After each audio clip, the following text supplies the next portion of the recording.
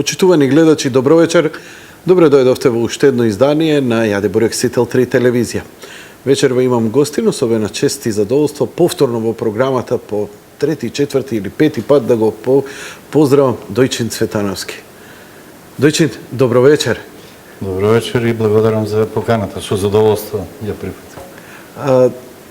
Јас се извинувам на гледачите и тебе што те ословив со името, тоа е недозволиво, но сакам само да покажам и на сите дека те сметам за личен пријател и драг гостин. Си бил повеќе пати гостин во емисијата како председател на СОНК и еден од најпозитивните личности кои ги запознав изминативе 15 години во јавниот живот во Македонија. Прво да ја прашам, како сте со здравје, добри ли сте, пензија сте, сега сте почесен председател на СОНК? Благодарам за убавите зборови во најавата. Со здравјето сум добар, онако како што може на оваа возраст, да не се правам млад. Фала му на Господа, за сега горе, да, во пензија, веќе 2 и нешто години. Инако точно почесен председател на СОНК и на Конфедерација на слободни синдикати. Сега тие се титули кои не се на мандат, значи немам потреба да нешто посебно сега лобирам, се борам, дали ќе ми биде продолжен мандатот почесен председател. Слободен се буду. Како ретко кој ми оставивте печаток изминативе години кога гостувавте кај мене. Едно интересен, може преку вас и заради вас и го забележувавме тој раст на синдикалното движење и дефинитивно останува дека најдобриот, најјакиот, најдобро организираниот и со едно највисоко ниво, која ќе речем највисоко ниво, сметам тука пред се на интелектуално, на духовно, е синдикатот на просветните работници. Долги години бевте лидер и многу ми се допадна начинот на кој го водевте СОНК. Никогаш со агресија, но никогаш ни со свитка на кичма.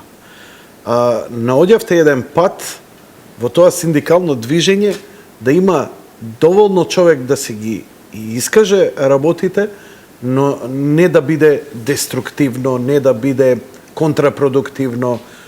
Како денеска ги согледувате работите, вашиот наследник и така натаму СОНК и натаму е дефинитивно еден од најјаките и вие како подпредседател? Добро, таа приказна околу реформирање на СОНК во тоа време беа ние дел од Сојузот на синдикатите на Македонија. Почна крајот на 2001 година во декември, кога бев кандидиран од другите, не се кандидирав. Јас од околу 300 и нешто синдикални организации, од 500 купно во тоа време во СОНК, од сите градинки, основни, средни училишта, високо образование и култура.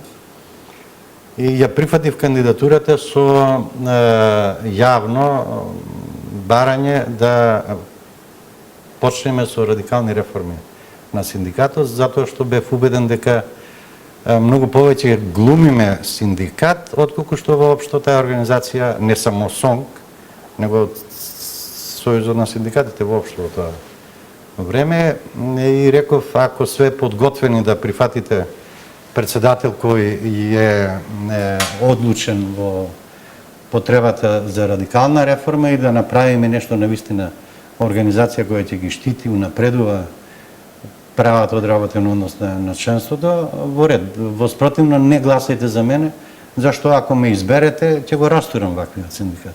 Така почна да ја приказна, инако јас знаев дека нешто мора да се прилично ултимативност им настапи. Да, навистина го имам тој говор, тоа обраќање и им кажав, верувајте дека како огон во раце цело време ќе имаме. Нема на мир да останам ни јас, ни вие, и мислам тоа јавноста знае така и беше цело време. Бев 9 години председател на синдикатот.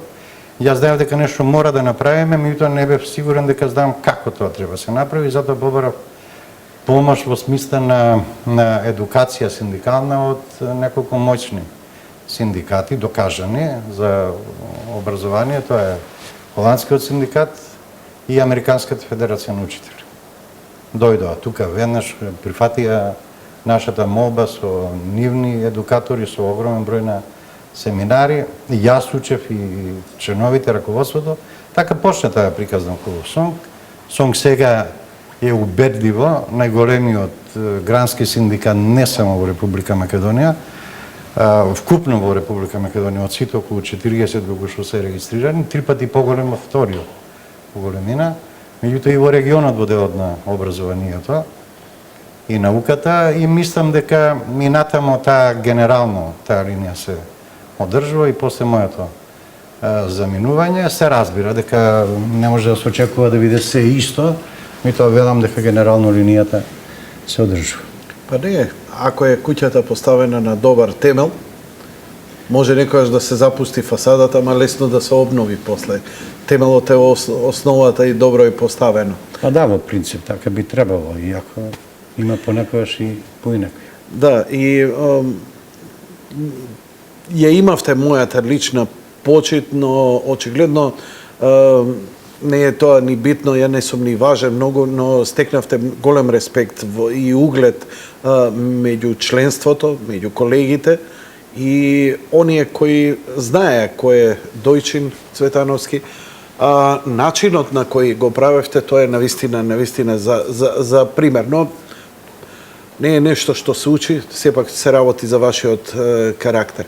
Ми изненадевте, да ви кажам, и зошто ве викнав, ми изненадевте неочекувано на 18-ти. Се појавивте на говорницата, државте еден интересен говор. Живееме во едно многу турбулентно време за Македонија. Мислам дека многу работи кои се прекршуваат и се појавивте во еден клучен момент, сосема неочекувано. Очекував се и се што да видам на бината, но пријатно ми беше изненадувањето кога ве видов вас. Зошто излеговте? Зошто го одржавте тој говор? Па, моето гледање на работите поаѓа од едно црсто убедување дека сите граѓани на државата, во случајот за Република Македонија, разговараме, незини граѓани сме, како што кажав вчера на митингот, тој термин го користев. И обврска ние, кога ќе почувствуваме дека нешто сериозно се случува во смисла на тоа дека работите не одат така како што треба да одат, се да направиме да го дадеме свој одличен придонес, колку што можеме, да помогнеме да се излезе од таквата ситуација.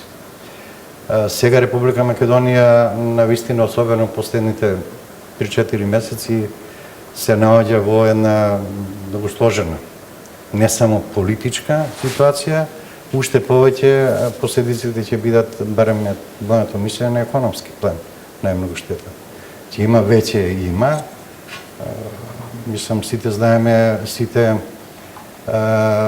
ангажмани направени од туристите од другите држави се откажуваат, па дури да најаве слушна на стопанствениците и нарачки на наши производители се откажуваат. Од тој аспект уште е посложена ситуацијата и не може да се молчи. Значи, јас настапив тамо како граѓанин, загрижен граѓанин, и се обратив онака како што јас ги гледам работите. Моето убедување е дека ниту имаше причина за ваква состојба да се создаде, туку практично дека станува збор за исклучително неодговорно однесување, па дури со одредени индиции за замешаност од надвор, за надворешно сценарио, и се разбира за такви состојби не стојат пријатели на Република Македонија. И од тука немирот собствен беше толку јак во мене, немаше никаква дилема на една замолница дали би сакал да се обратам, веднаш тоа го прифатив. Што содржеше вашиот одговор? Како ја согледувате вие оваа ситуација, па да излезете тоа? Може ли по-конкретно и по-обширно да го опишете? Значи, да излезеш да одржиш еден таков говор, човек треба да има конкретни ставови и мислења. Кои се вашите ставови? Како ја согледувате вие оваа цела ситуација? Бидејќи овие два собира покажуваат една диаметрална спротивност на гледање на работите. Од една страна имаме деструктивни сили, од друга страна имаме конструктивност. Сега, тоа е мое мислење, но ме интересира вас и ја, моето мислење, може би ја можев да одржам говор и сигурно ќе го одржев, но ја имам простор овдека секоја вечер каде да се ги кажам ставовите и да ги детално како ги размислувам, што согледувам и така натаму. Како вие ги согледувате сите овие случувања? Кој ќе речете опширно од надвор. Што конкретно мислите од надвор? Што е тоа 4 месеца овдека ни се случува? Конкретно, детално, како човек, како ги согледувате вие тие работи, како анализа? Секогаш сум настојувал, особено кога станува збор за посериозни работи во животот, дури и во семејството, и со поединци, а не кога станува збор за најважното што ги имаме, во случајот државата ни е најважна, со аргументи во кои сум црсто уведен дека навистина се аргументи. Да излезам тоа што го кажувам да биде подкрепено со аргументи. Самото не влегување во највисокиот законодавен дом минатата година после последните парламентарни избори од страна на опозиционите партии најавуваше дека нешто ќе се случува. Нешто што е надвор од тоа што викаме во сите демократски, цивилизирани, современи држави. Да се одбие влегување во Народниот дом, таму каде што треба да се договараат политиките во државата, така како што секаде во светот се прави, и тоа веднаш по завршување на гласањето вечерта, без да се даде ниту еден приговор, дури и без никаков доказ дека беше. Туку дека се приговара на нешто, многу јасно упатуваше дека нешто однапред веќе е подготвено. Ете, за жал, дојде до тоа да имаме обид, за сега се уште обид, ја мислам, односно сигурен сум дека на тоа и ќе заврши, на еден без преседан до сега во ниту една земја, не само во Европа, туку и било каде во светот, да се бара рушење на легитимно избрана власт, и тоа со огромно мнозинство, како процент или од аспект колку гласачи има Република Македонија, околу 1.700.000, 200.000 разлика. Сето тоа да се негира и да се бара оставка со тврдење дека на нелегитимен начин се добил мандатот, и сега со нешто што е исто така надворот од паметот, јас велам, со аудио снимки добиени јавно, тој што ги изнесува од странска, па нека и не е од странска, тоа дополнително го прави проблемот уште посериозен, да се прави, во моментов тој термин ми доаѓа, ако не е многу соодветен, циркус, буквално, ама веќе не е циркус, со месеци, безбанко 4 месеци, јавноста да се обидува да се труе воопшто гласачкото тело, народот, и да се бара насилно заменување на легално избрана власт. Тоа во секој случај е надворот од било кој демократски начин на однесување во државата. Тоа е доволно голема причина секој загрижен за државата да реагира на тоа. Ако се има во предвид дека доколку навистина опозицијата има многу забелешки како се владее од страна на актуелната власт, зошто тоа не се направи во собранието? на државата, во парламентот како Па затоа што се викаме. малку, затоа што мнозинството нивните замерки едноставно нема да ги земе во предвид. Па многу ми помогнавте сега со ова забелешка. Да, навистина се малку, тогаш треба да размисля зошто се малку и да дадат прво одговор кај себе што треба да направат за да не бидат малку. Но они велат дека изборите се местени, дека се крадени гласови. Прво, И тоа е нивниот аргумент. дури од тоа што е навистина незаконски што се прави, за која сигурно ќе има и правна разврска. Јас мислам дека тоа неизбежно мора да случи околу начинот на кој се презентираат снимките. Досега ниту еднаш нема ни една снимка за било каква нерегуларност од последните парламентарни избори. Ниту една. Значи, ништо не е спорно за актуелната сега власт, односно мандатот на тие сега што ја водат државата. Вториот аргумент е во подем економски и тоа повеќе години. И сега тоа се податоци не што ги дава владата, па да речеме таа си прави со такви податоци изфабрикувани маркетинг пред јавноста, за да го зголеми, да ја зголеми поддршката, туку од релевантни меѓународни институции, пред се економски. Светска банка, ММФ и не знам што кои. Така. Се од финансиски оддел. Станува збор во исклучително тешки, сложени економски состојби вкупно во светот, дури и во многу моćни економии држави од членки на Европската унија. Македонија исклучително добро се справи сите овие години и сега дури има водечко место.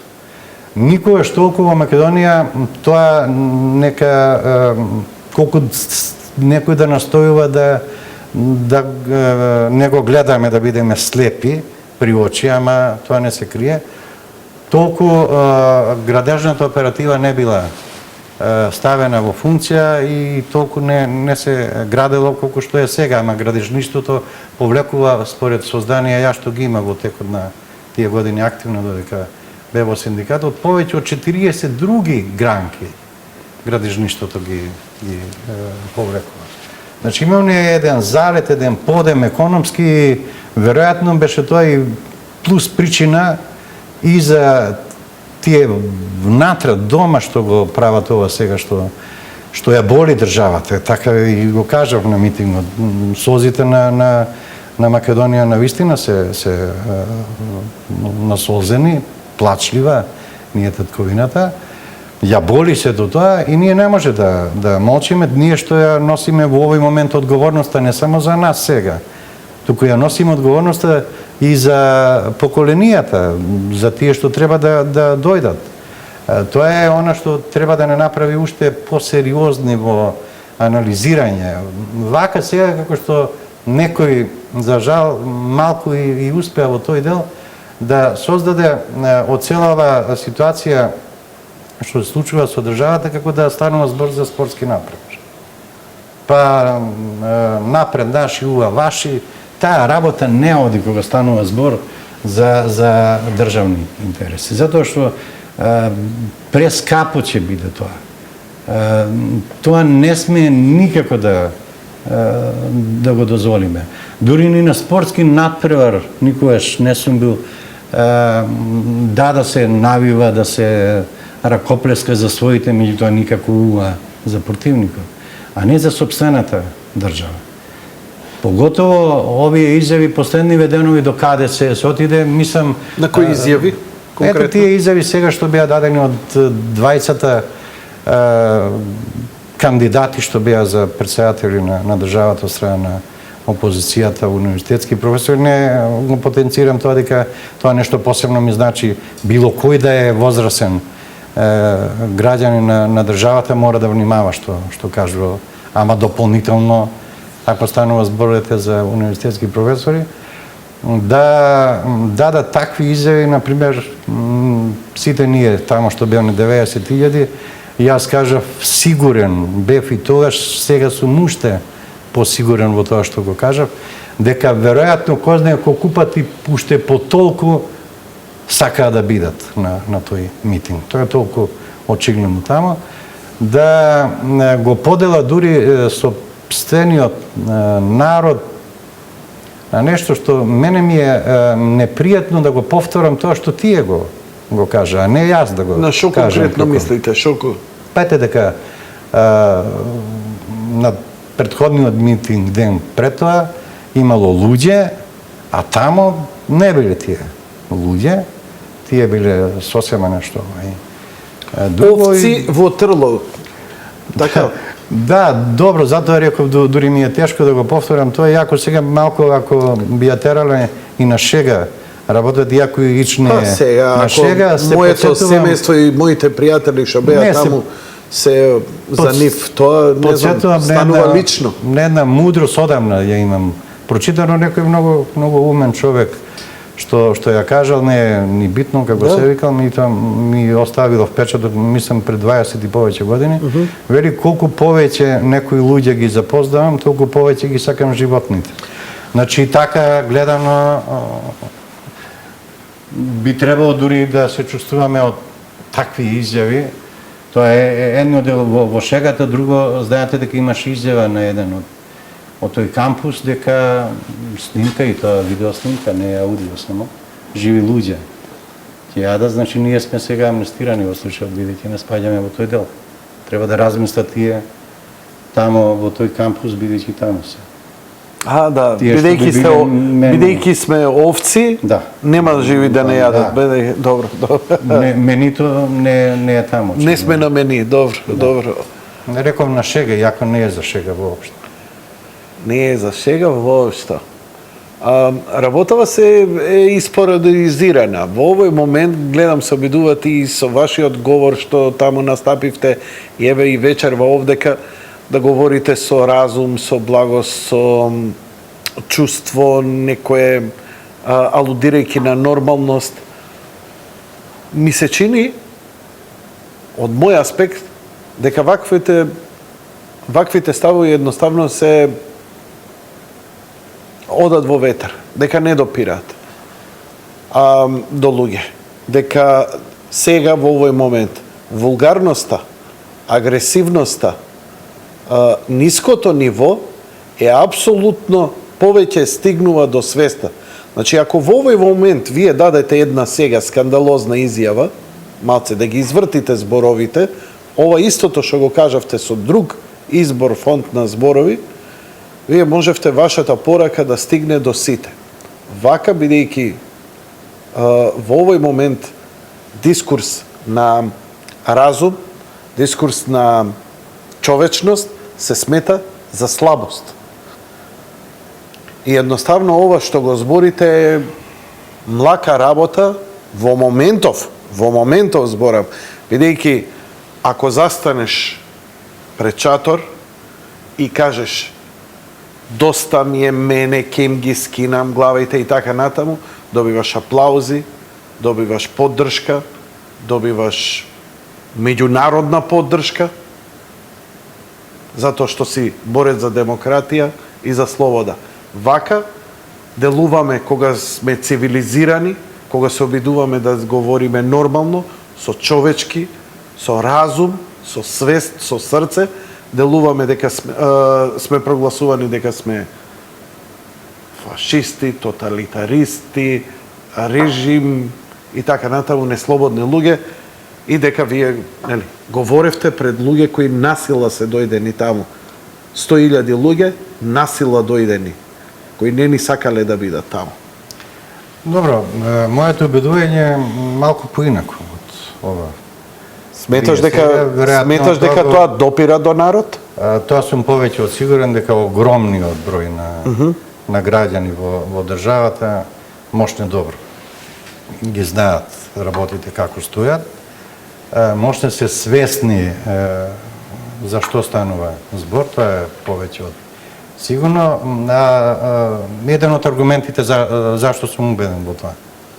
Кога тие што го направија сето ова, што ја доведоа државата во една ваква сложена ситуација, ако беа убедени дека имаат поддршка и тоа не мнозинство, туку нешто што би значило прилично Добро. повеќе од тоа до сега што го има, едноставно ќе отидеа ќе влезеа нивните 30 и колку пратеници што ги имаат и ќе бараат така како што се прави според уставот, според законите на државата, така како што се прави во целиот свет, ќе побара предвремени избори. Да, но И они имаат таму ќе сега моментум во својата агресивност, кампување, дека они чувствуваат и се убедени дека добиваат се поголема поддршка и од народ, и од меѓународна, и дека тоа што го зацртале дека легитимно избрани владе, изборите ќе бидат поништени и дека ќе има, не знам, техничка, преодна, не знам, било каква влада и ќе има избори на кои они сигурно ќе победат. Кој тоа може да ги поништи изборите легитимно со исклучок на во парламентот така како што е или со сила. Преседанот го видовме во Украина, направене. Легитимно избран председател беше срушен насилно и доведен марионетски кој беше прогласен за демократија и така натаму.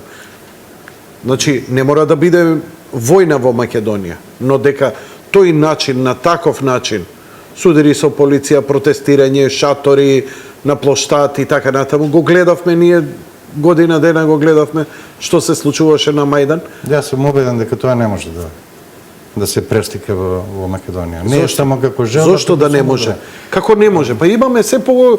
Ја не знам дали ја согледуваме реалноста. Точно дека јас се согласувам со вас, сега ви контрирам чисто заради дебата, ама дека повеќето од луѓето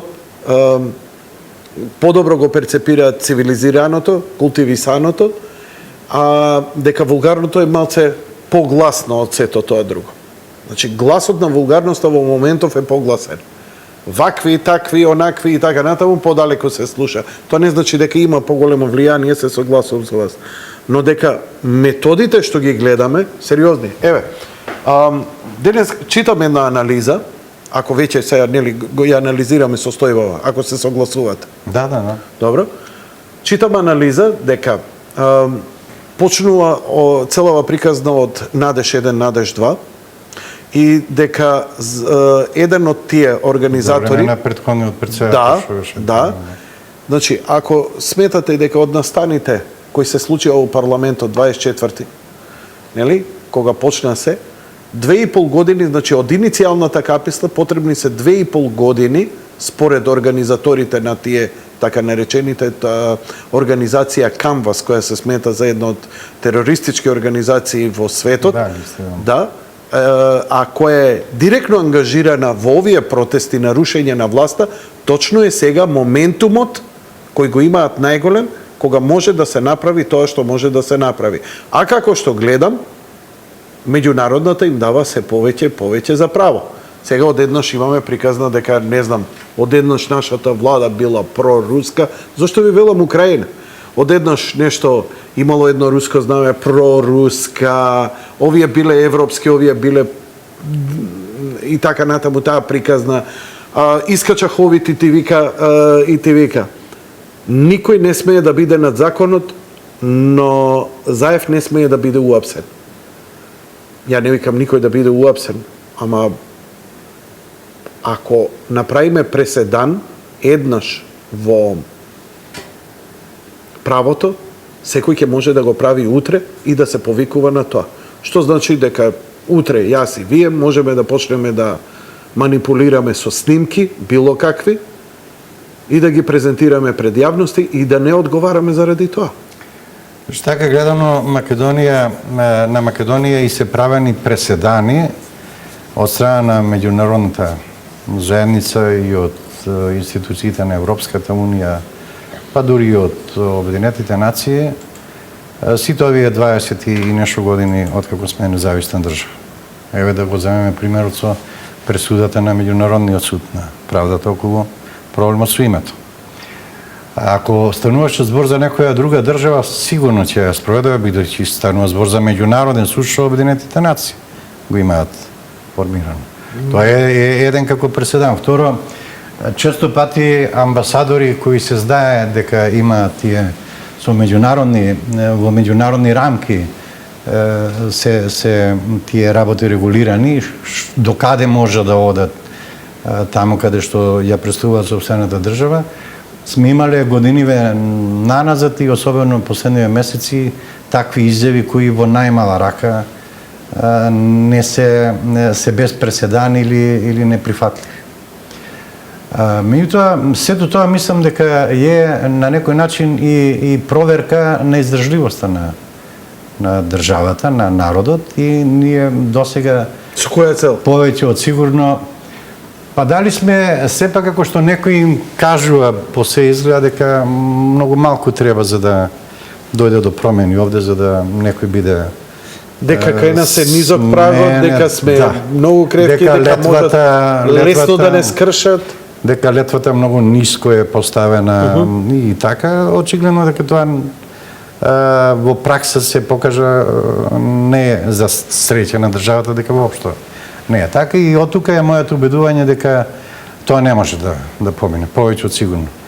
Јас и натаму сум најмногу загрижен за економските последици од цела ова работа, инаку мислам дека полека и меѓународната заедница сваќа и тие што беа тука сега што ги следеа на новите настани околу митинзите, и господинот Хович што го спомнате, за кој наистина сум изненаден на изјавата, не дека јас навијам за тоа, како и вие што кажавте, лидерот на опозицијата да биде апсен или не, меѓутоа не е негово тој да сугерира на суверена држава, да кажува ако тоа го направите, ние ќе направиме. Па ова држава има своји закони, устав, органи државни, и тие напротив треба да каже доколку не ги почитувате законите, доколку уставот ваш не го почитувате. Тогаш треба да стави забелешка на актуелната власт. Зашто не? Не. Луѓе над уставот ќе се ставаат само заради тоа. Па така гледано тогаш кој е во постава позиција? Кој е понервозен во случајот? Така. Значи така гледано понервозен е тој што знае дека во моментот работите не одат така како што било посекувано. Моето убедување е такво. Заради тоа е и толку искусни дипломати, толку недипломатски изјави. Знаете, кога дури многу ние што викаме човек кој се контролира, многу присебен, кога премногу ќе го изиритирате и тој ќе излезе од контрола, па ќе се зачуди самиот. А замислите вие толку искусни дипломати да излегуваат со такви изјави, тоа само по себе кажува дека не одат работите според тоа како што некој ги замисли. Од тука сум уште повеќе убеден дека Република Македонија воопшто не е така мала по сите основи, толку лесно ранлива како што некој се надева. И од тука и од надвор. Тоа е повеќе од сигурно. А мислам дека е Што ви дава таква сигурност?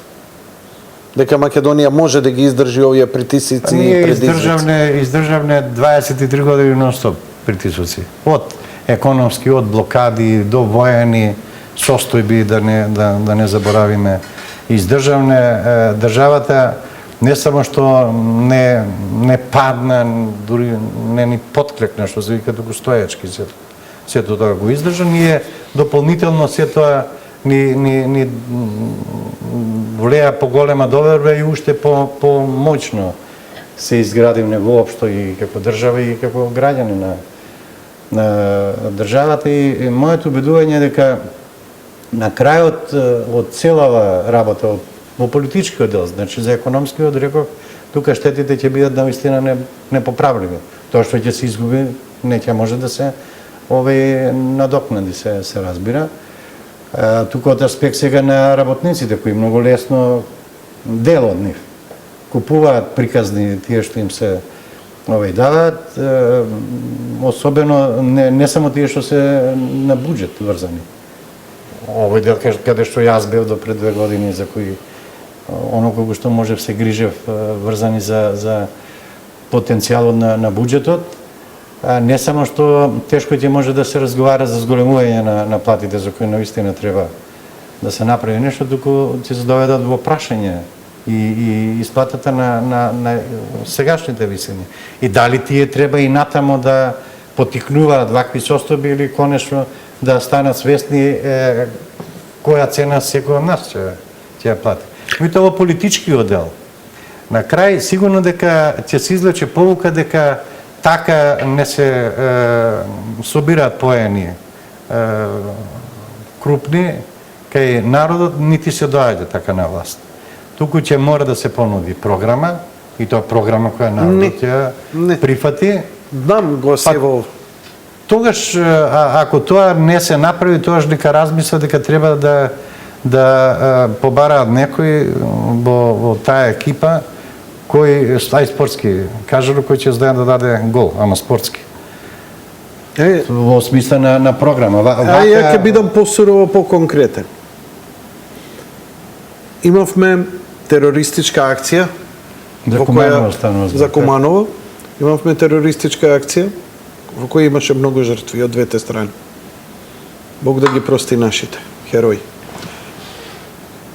Тоа требаше да предизвика еден поголем, поширок конфликт, да се доведе во ситуација повторно народот, како 2001. Таму тогаш беше приказната многу јасна. ВМРО ДПМН ја направи војната. И тоа беше флоскулата со која дојдоа на власт. Да речат, окей, стварно, не се добри, али подобро е лош мир одошто добра војна. И дај да ги вратиме овие, не е важно што ќе направат компромис, важно ќе има мир, нема да има војна. Во овој момент, со кого да разговарам, кај да разговарам, загриженоста кај луѓето е дека ќе има војна. А ни се закануваат со тоа. Сега меѓународната вели, имате, значи, имате процес, еве Германија денеска, германската амбасада, дека најавите за подолба на Македонија говорат дека ќе има сериозни инциденти во земјата. На изјавата на Лавров дека сето ова е една поголема политичка игра за Македонија, за турскиот тек и така натаму и така натаму. Нели, ако ве прашам сега каде е основата на сето тоа, има неколку работи. Интересите, странски интересите во Македонија, предпоставувам, да се задржи Македонија на едно ниско ниво, каде што ќе може лесно да се, за да не дојде некој друг да има влијание тоа, или како што покојни Никола Младенов знаеше да ми каже често, кога слоновите се тепаат, ќе страдат тревата, а ние сме тревата. И нормално, нашата бандоглавост, тврдоглавост и достоинство да не го промениме името. Ништо не важи, господине Цветановски.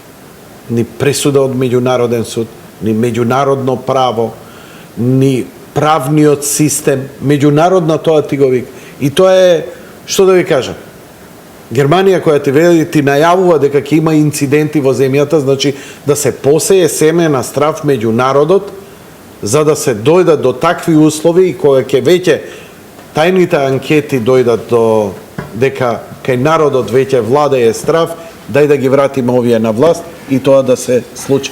Што значи, они можат оваа ситуација, ако запнат, а имаат ресурси, имаат пари, фрлаат. Не толку инвестиции колку што фрлаат за ова.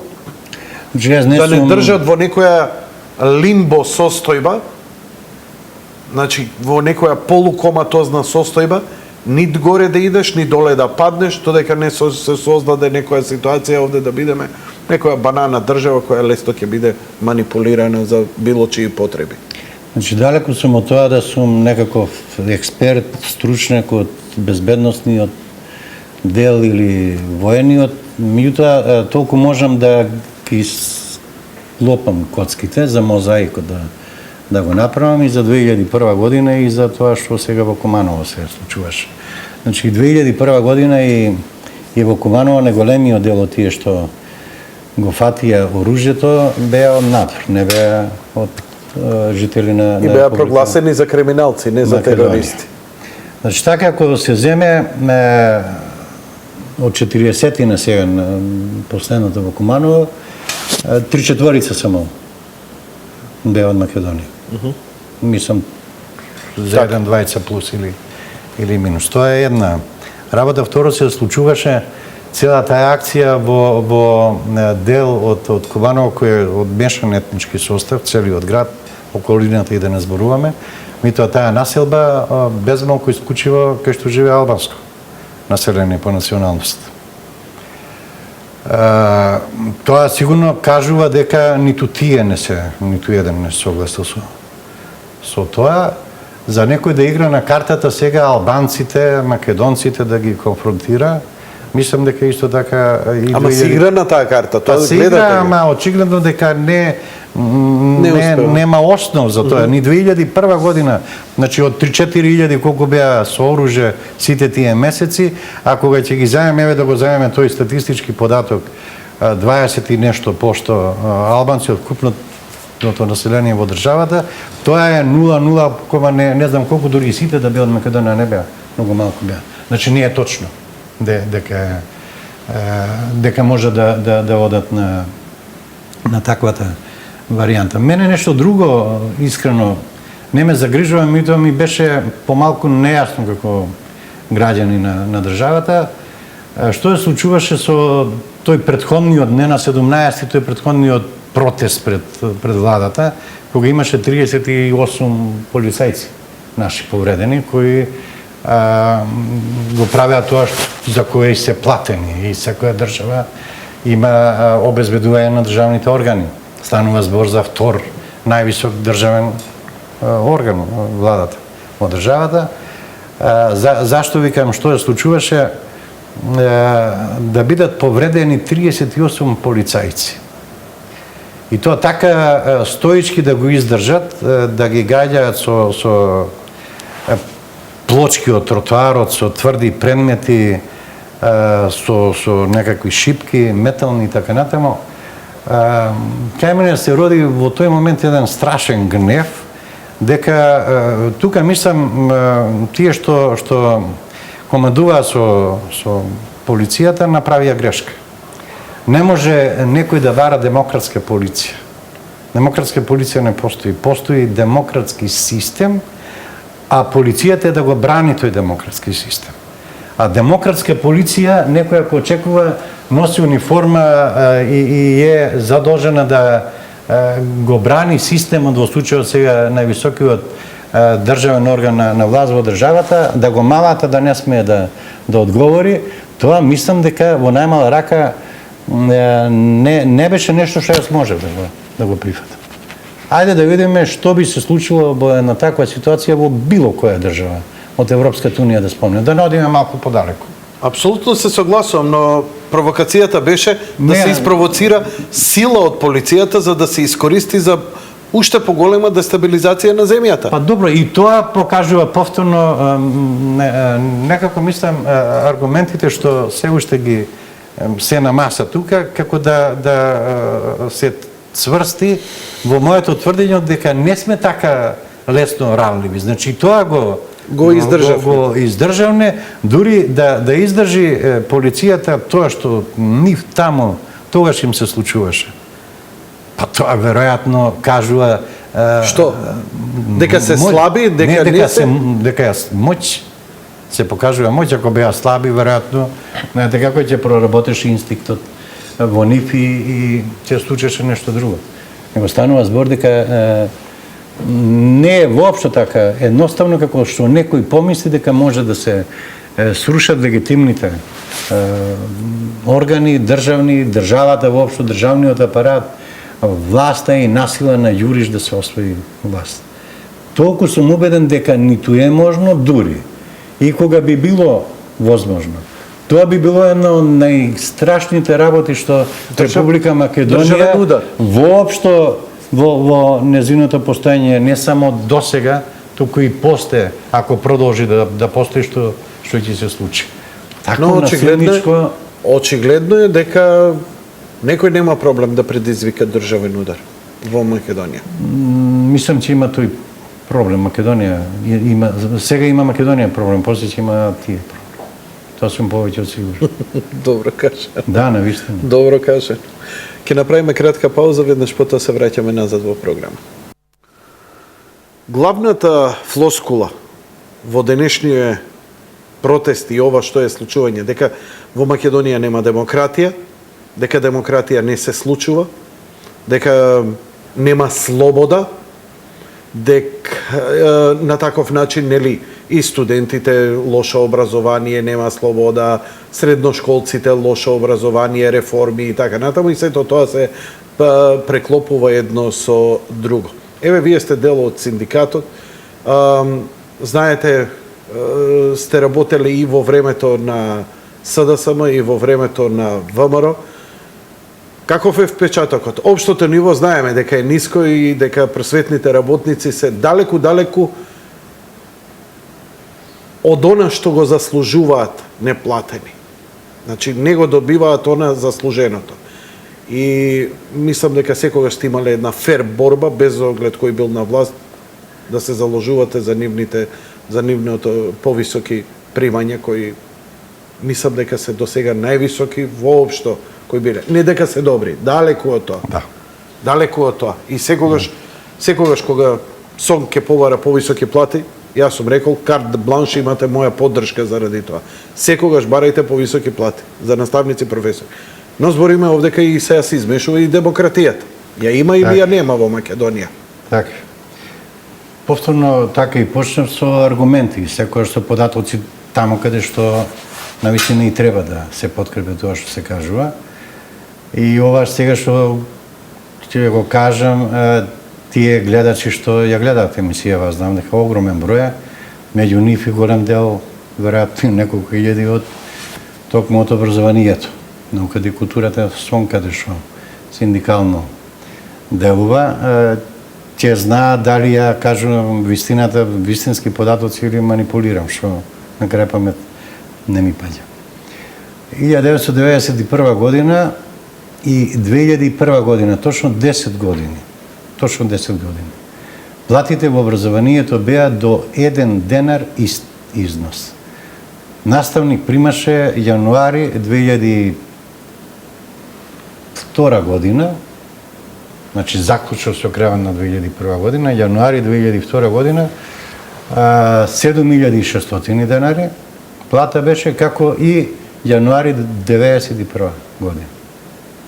Цели 10 години кога Македонија економски стоеше многу подобро, повеќе се уште предпријатија работеа од оној период кога после тоа реков недоста, не може да ќе ве потсетам и вас и гледачите 10 години точно, а тоа време знаете кој најдолго беше на власт. Имаше закон за ограничување на исплата на платите или закон за замрзнати плати. И секогаш беше тоа, замрзнати се платите и крај.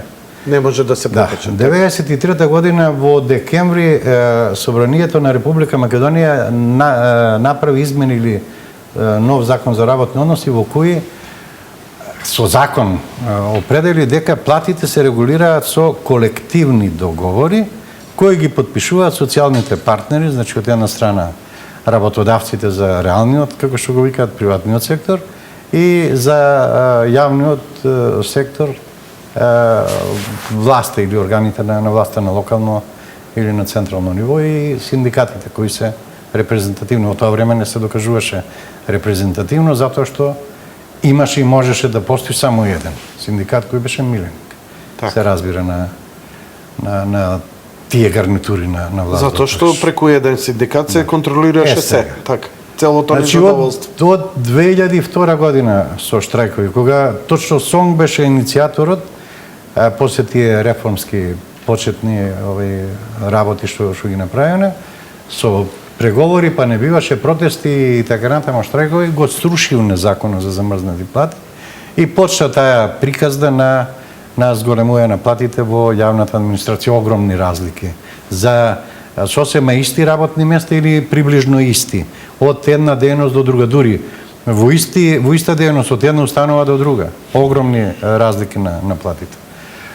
Прво што направивме, тоа беше мај 2002 година, со тогашната влада на која премиер беше господинот Љупчо Георгиевски, имавме значајно зголемување, значи прво зголемување после 10 години, повторно така гледано власт десничарска, што би се реко, бидејќи ВМРО ДПМН е позната како партија од десницата.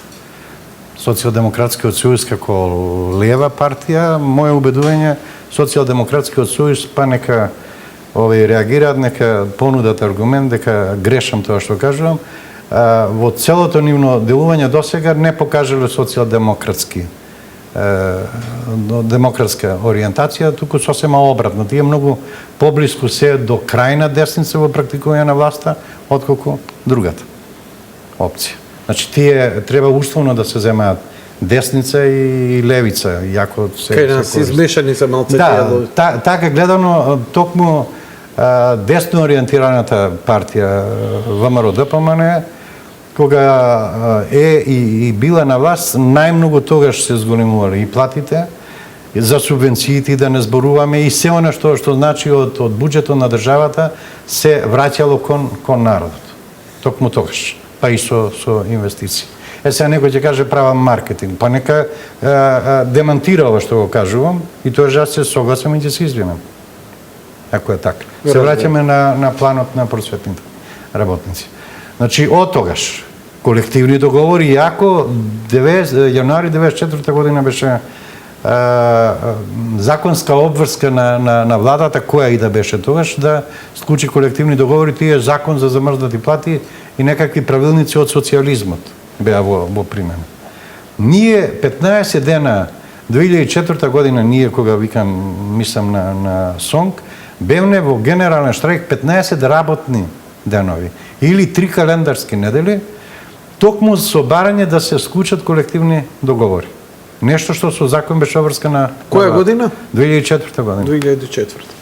Тогашниот премиер на владата на Република Македонија, подоцна истиот стана председател на државата, на прашање на новинарите околу колективните договори, што значеше и дека треба да се зголемат платите, изјава која ја имам снимката, не на телефон, не го дадена пред новинарите, вели и да имаме пари, нема да им дадеме.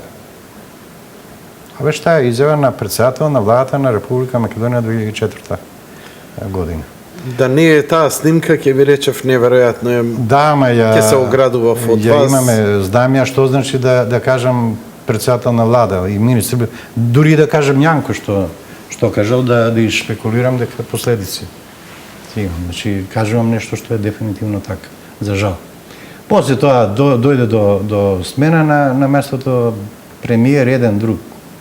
Трет, СОНК влезе во една перманентна радикална активност со протести, штрајкови, најголемиот протест во историјата на синдикатите на Република Македонија, па дури и пошироко, беше направен точно во тоа време, крајот на 2005 година, по проценка на полицијата, меѓу 10 и 12 хиљади просветни работници беа пред владата на Република Македонија.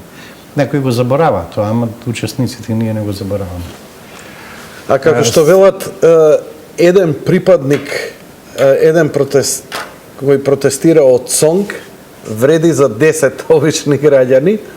Тоа беше толку мирно, буквално и па нема полицијата по-цивилизиран синдикати, луѓе беа изненадени. учени. Јас им викав, дури знам дека вие формално ќе треба да поставите полицајци, меѓутоа и да немате, воопшто нема ништо да се случи, и секогаш било така. Било така. Значи, од тогаш се враќам повторно на висината на платите. Од наставник јануари 2002 година 7600. И сега, а најголемиот дел зголемување на платите се токму од 2007 година до 2010 година, се за 300 пати зголемувањето. Значи, за 10 години, 91, 2002, ниту 0,01%, од 2002 година до 2010 година, значи за 8 години, практично 300% зголемување на платите. Да, мали се уште, меѓутоа во тоа време образованието, науката, културата беа предпоследни на скалата по просечни плати во јавниот сектор на државата. После тоа бевне едно време дури и први и пред здравството, па некаде сме сега втори, трети. Ама од горната. Еве, скоро протестиравте, лани протестиравте. Да, протестираме заради лоши решенија во однос на екстерното, не дали треба екстерно, дефинитивно. Го поддржавни, тоа се разбира, може да има подобрување во него, меѓутоа како потреба сонг никогаш не го доведе под прашање, заради тоа што имаше казни кои не можеме да ги прифатиме за наставниците по резултати од екстерното на учениците. Значи да дефинирам вака да ве разберам. Екстерно ни треба во секој случај, Да, дефинитивно. но што ќе се извлече како заклучок последица од екстерното, тоа не се согласува. Значи екстерното, да, и рековме, тоа треба да биде еден вид на анкета, да се види каде оди оценката што наставникот ја дава и од она оценка што преку екстерното треба да се добие да како по-реална.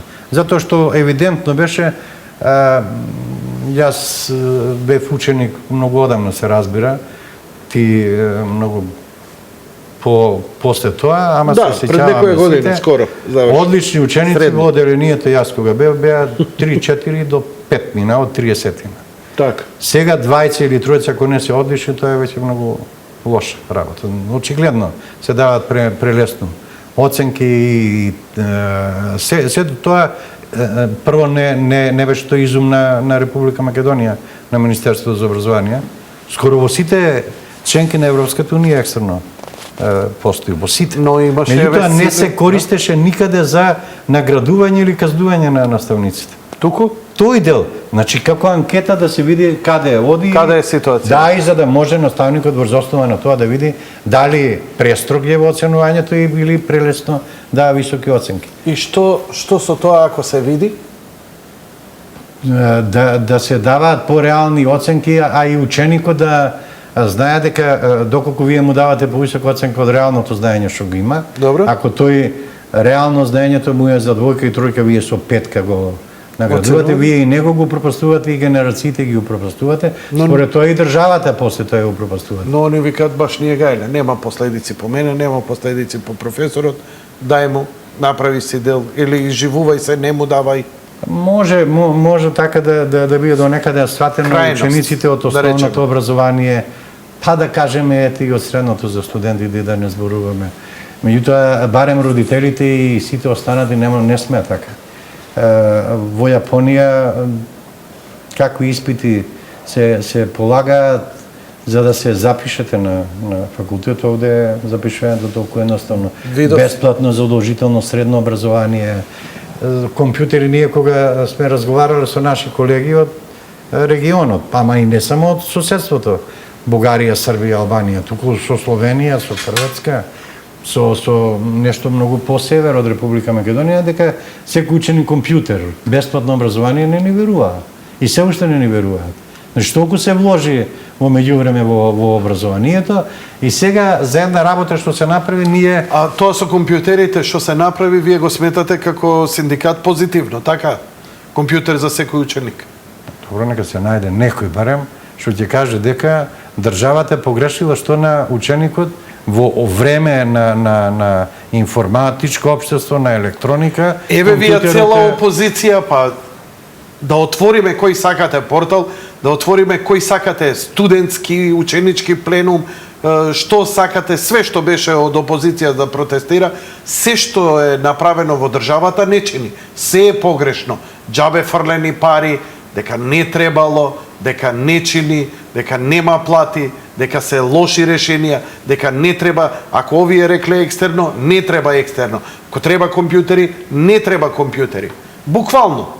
Буквално секое решение контра. Буквално контра. Господине Јанко, знам, присутно е тоа, сепак се надевам дека не се сите, барем се надевам така во опозицијата, голем дел на нивно членство сигурно не мисли така, па дури и дел во раководството, инако би било страшно. Меѓутоа, знам дека навистина ситуацијата е таква, на се да се оцрни. Ќе си дозволам сега, малку ќе излезам од некои мои принципи на воопшто однесување и особено на изговарање на мисла на збор. Тогаш не е Никола Груевски премиер на владата на Република Македонија, туку 10 пати со помал капацитет од Никола Груевски председател на влада, не ќе може опозицијата со такви гледања и програми да дојдат на власт. За Никола Груевски да не зборуваме. Навистина, најискрено го кажувам, сакам Република Македонија, толку сум свесен дека треба да има јака опозиција. Тоа е потреба на државата, не дали јас сакам или не. Ако сакаме да и демократијата биде по-цврсто поставена, да биде во развој и воопшто државата. Значи, со ваква опозиција, очигледно, работите воопшто не се добри од аспект на државата. И мислам дека дури председател на владата, господин Груевски, на митингот сега, кажа што е исто така нешто што треба да се пофали, па сега нека одма ми залепат не етикета, не знам, плаката позади грбот, дека ете партиски настапувам, кажа да, свесни сме правили и грешки, што е сосема нормално, тоа може да каже само човек кој искрено гледа на работите и одговорно. Се правиле грешки, ама има и очигледно успеси. Другата страна, никогаш, кај нас главен мејнстрим е никогаш да не признаеш дека си погрешил и постојано, било да е добро или лошо, не е важно да го критикуваш другото. Че ако сака да дојдат на власт, бидејќи за политика зборуваме за освојување на власт, ако сака да дојдат на власт, тие мора да се доближат или да се изедначат во најмала рака, па дури нешто да понудат народот да почувствуваат дека се подобри од тие што се на власт. Со вакво однесување, со вакво негирање на се, меѓу другото кое и најобично дури и оној што од било кои причини не му се баш многу бендисува некој во власт или целата власт или целата партија, веројатно кога ќе дојде до гласање тој ќе размисли за кого ќе заокружи или во најмала рака дали воопшто ќе отиде на избори. Решението мора да биде конечно во право сте, конечно на крајот на краиштата или ќе имаме демократија, или ќе имаме демократски избори, или да не глумиме фарса, да не трошиме пари, нека ни избираат наместници во земја. Ја не знам само дали народот ќе го прифати тоа. Ајде, кажете ми, имавме студентски протести, Добро. имавме средношколски протести со кампувања, со заземање на територии, со разни барања. Како синдикатот гледа на ова? Не за математика, не сакаме ова, не сакаме она. Па тоа може да се смести во делот на демократски права, слободи во државата. Меѓутоа, границата на тоа како се сваќа демократијата... Значи, сепак има демократија. Така? Не да има, тоа сакам да кажем, што сваќаме по демократија. Па ја тоа, нели, слобода на говор и така натаму, слободно да идеш пред министерство, да кампуваш, да одржуваш и така натаму, да ги заземеш факултетите, да прогласуваш слободна зона. Во Лондон, колку што знам, Хайд парк, им се вика кај што можеш да секој ден да одиш да викаш и против... Умре тоа. Тоа беше 60-70. Ете, ние за 30-40 години поназад сега сме. Одамна умре Хайд парк. Тоа е само оксиморон кој потребуваме како збор. Нешто од демократски аспект гледано не е спорно, меѓутоа е спорно од многу други аспекти, ако се земе. Прво, не гледам таква воопшто причина, нити е начин на кој ќе се дојде до... Добро, еве конкретно, студентите не сакаат екстерно тестирање. Државата да не ги тестира. Ни нив, ни професорите ги поддржаа. Професорски пленуми, студентски пленуми се формираа, негираа се што постои, овие се легитимни. Добро, ама тоа и владата покажа капацитет и сега знам дека имаше договор, закон, одбележуваше УКИМ, најголемиот универзитет во државата, така. Сега годишнина и кажа ректорот дека законот е готов и тој негова оценка е дека станува збор за закон кој е работен според стандарди на европското образование, високото образование, според тоа и тоа е задоволено.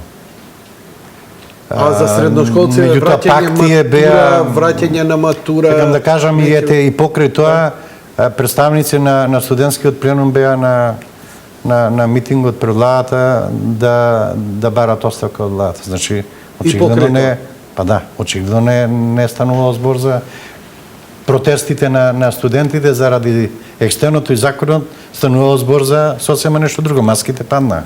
Така ли? Во тоа е, велат народ одамна кажал, лагите сепак се кратки, нозете брзо излегуваат. Но они се убедени дека го имаат моментумот, дека добиваат се поголема поддршка и едноставно, нели, како и започна целава криза. Зашто? Па воопшто што се случува, нели, овдека кај нас, нема демократија, нема правда, лошо владење, недемократско владење, дека имаме тоталитарен режим кој ги прислушкува граѓаните и одеднаш за помалку од месец дена веќе тоа стана небитно, па стана битни разговорите, од кои свативме дека нели Груевски Мијалков не прислушкувале 20.000 граѓани во Македонија, па испадна дека сами себе се прислушкувале. Тие биле.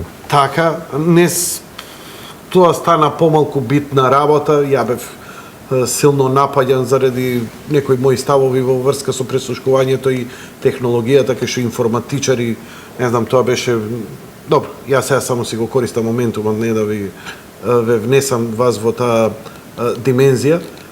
Одеднаш паднаа во вода. Беше битно нели професорите против тоа екстерно во испитување на да, формира и тие еден дел од нив, формира и наставниците во средните училишти и основните пленум. Тоа стана мода пленум. Знаете што, тука мислам дека направија грешка. И средношколците протести од 103 средни училишта. Државните органи направија грешка. 15 училишта протестираа, а се убедуваше јавноста дека е тоа општ став на сите, професори и ученици. Значи имаше добри анализи од поединци кои беа членови на тие пленуми, што го ставија на хартија, ние ги гледавме, имаше навистина добри, издржани работи и тоа беше нешто што не мора пленуми да формираат, дури и членови на нашиот синдикат. Иако морам да признам дека средношколците со говорот што го имаа на опозицијата пред влада, тоа беше добар говор. Добри работи, добри политика. Од друг аспект ги гледам, мислам дека државните органи, во случајот Министерството за образование и наука, направи една грешка што влезе во преговори со нив. Прво, треба да се преговара со тие со закони, така како што е во целиот свет, кои се партнери според закон за тие прашања. Значи, партнер е од аспект на заштита на правата на наставниците, репрезентативниот синдикат.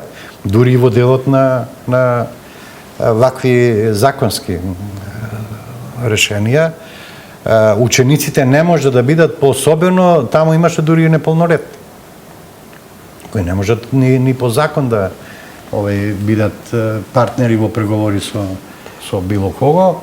Тоа е една работа и второ, тоа се формални групи.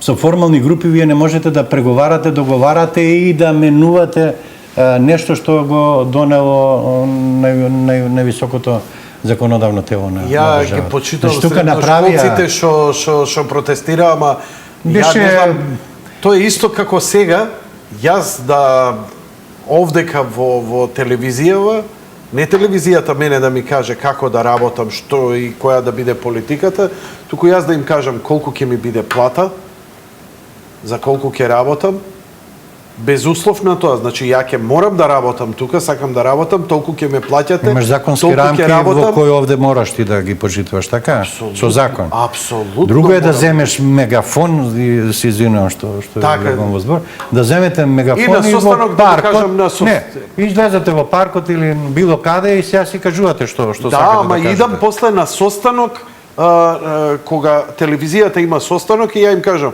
вие све уреду сето тоа, ја да ви кажам, јаде бурек, ќе се емитува 15 минути, ќе имам 2 пати поголема плата, ќе имам 6 месеци одмор. Зашто? Ја така сметам, тоа е демократски.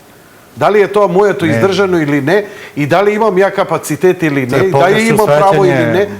На демократијата овде. Епа. За жал, многу погрешно ни е демократијата, ја сваќаме често пати ја мешаме има право со хаос. Дека да, секој може да каже Да, што сакам, да, со хаос, ама хаосот и демократијата воопшто не е исто. Толку се спротивни, толку демократијата подразбира сет на правила на сигурно, однесување. а хаосот дел. Се разбира, во секој случај не е тоа толку мала, ама се повеќе некако добива замав, ако околу ова прашање отворено не се разговара. Под демократија се разбира да ми биде мене дозволено, ама се што сакам да правам, меѓу другото спомнав и оној што треба да го чува редот, државата, уставот, законите, да си го гаѓам со камења. И да не ја извршува Не работата. сме тој да ми врати мене. Да не ја извршува работата. Сега тој ако бидејќи јас толку грубо го кршам закон, правам тешко кривично дело, се разбира, службено лице, физички не смеам никого за службено лице и да не зборуваме на работа, ама тој ако ми врати, тој ќе ги, значи, според такво сваќање на демократијата, ги пречекорил овластувањата, употребил прекумерна сила, ама јас демократијата сум си ја испразнил на него. Каде ќе не однесе такво сваќање? Значи, околу тие работи мора отворено е таму и образованието. Тоа се тие дупки во образованието и тоа Сите се согласуваат во многу образованието. години. Има една констатација. Ако да ги отворам телефоните само за образование, сите ќе речат дека имаме ние лошо образование, дека ние продуцираме, на пример, лоши студенти. А од друга страна, не сакаме да прифатиме екстерни. Бидејќи студенти денеска многу лесно доаѓаат на факултет, уште полесно доаѓаат до дипломи со незаслужено знаење. Државата тоа го приметува и сака да воведе механизми. Екстерно тестирање е едно од тие механизми. Океј, имало таму работи кои, нели, како рековте вие, не сте се согласувале со политиката на казнување на професорите. Да, и тоа го прифати Министерството. Океј. Сега е симнато, Добро. уште законски Добро. треба да помине Добро. со спогодбата. Веќе сите решенија се... Вие имате најдоброто, најцивилизирано, најкултурно, најобразовано членство како синдикат. Од друга страна, дел од вашето членство произведува се послаби и послаби ученици и студенти.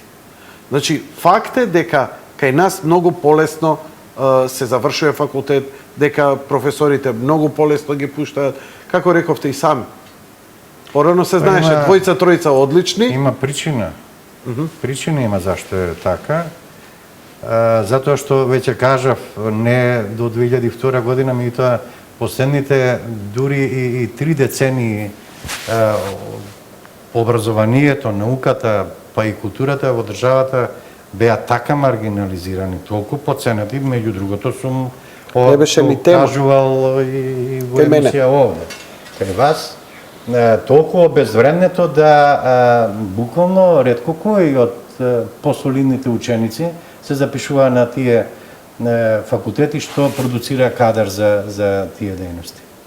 Затоа што за такви плати, таа е грешката што ја направи државата во тоа време, сега практично ние последиците ги чувствуваме. Тоа е толку јасно. Што е грешката? Ајде уште еднаш вака редефинирајте ми го уште поедноставено.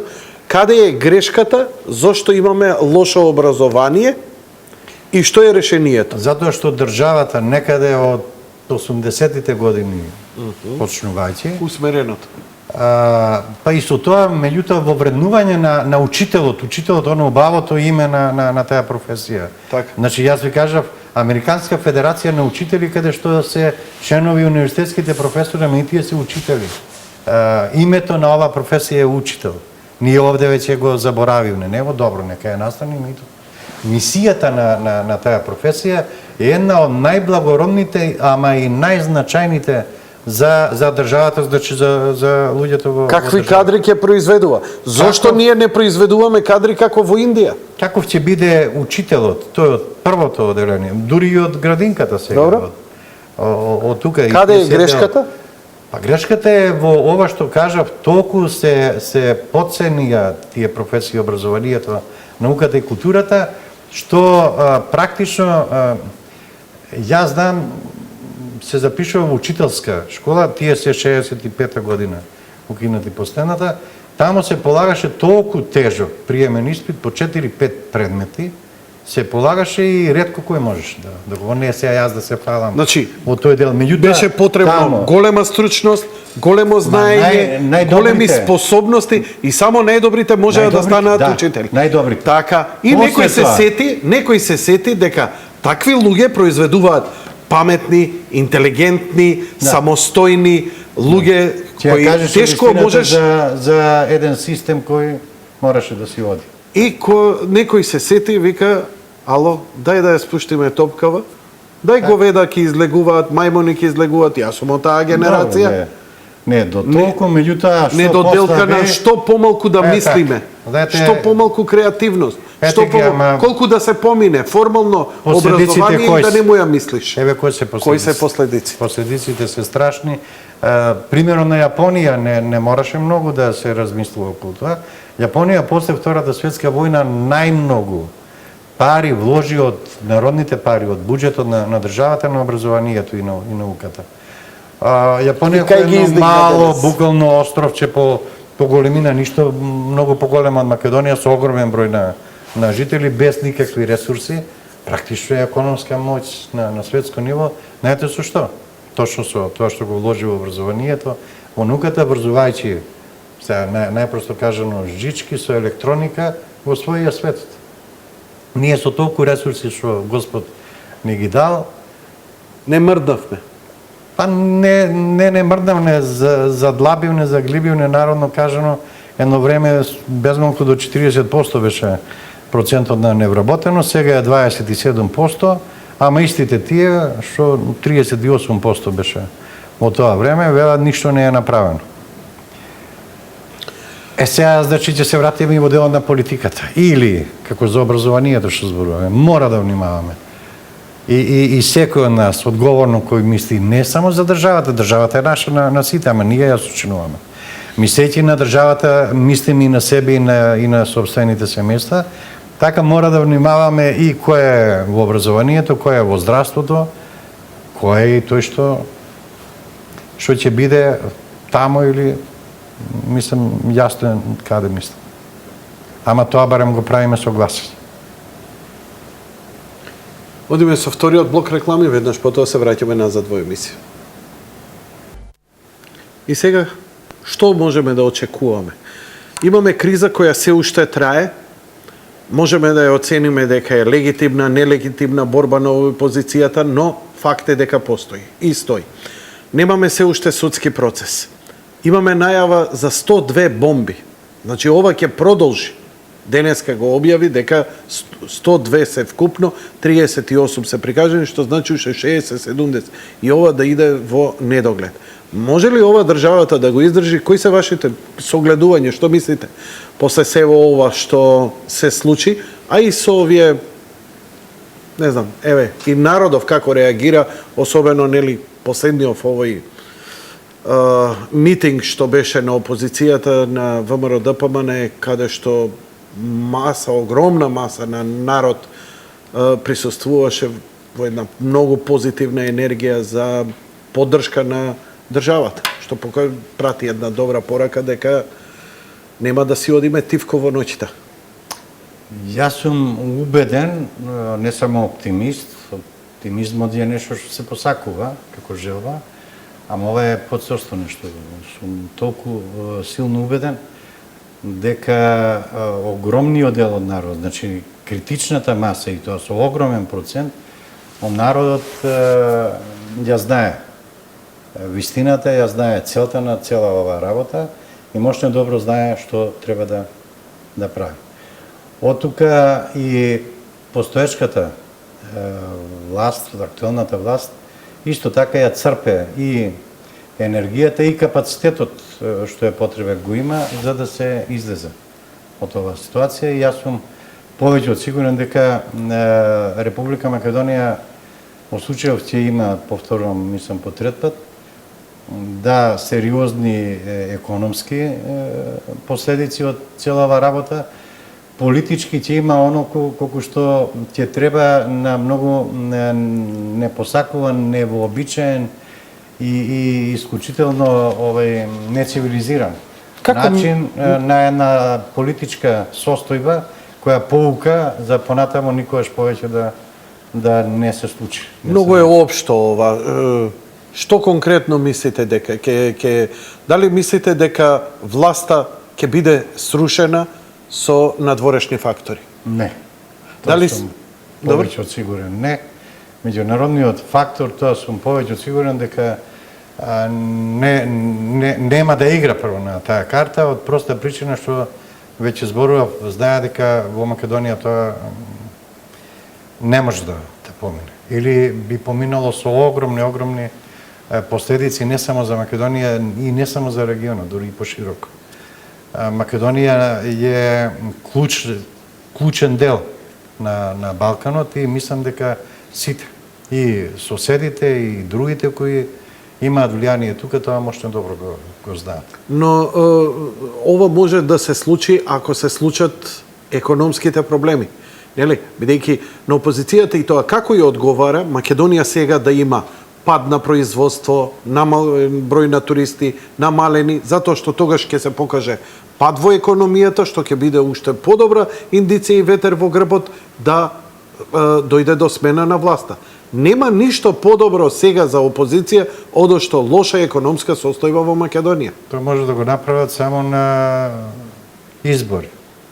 Кој тоа ќе гласа за тие што ќе го доведат народот на дередже, народно кажано, кои буквално сега што оној дел и пристојно што живее или добива помош од државата, тие што се социјални случаи кои ќе не може тоа да го добиват, ќе гласат за тие што ја создале таа ситуација да веќе и тоа го немаат. Кој ќе гласа за нив?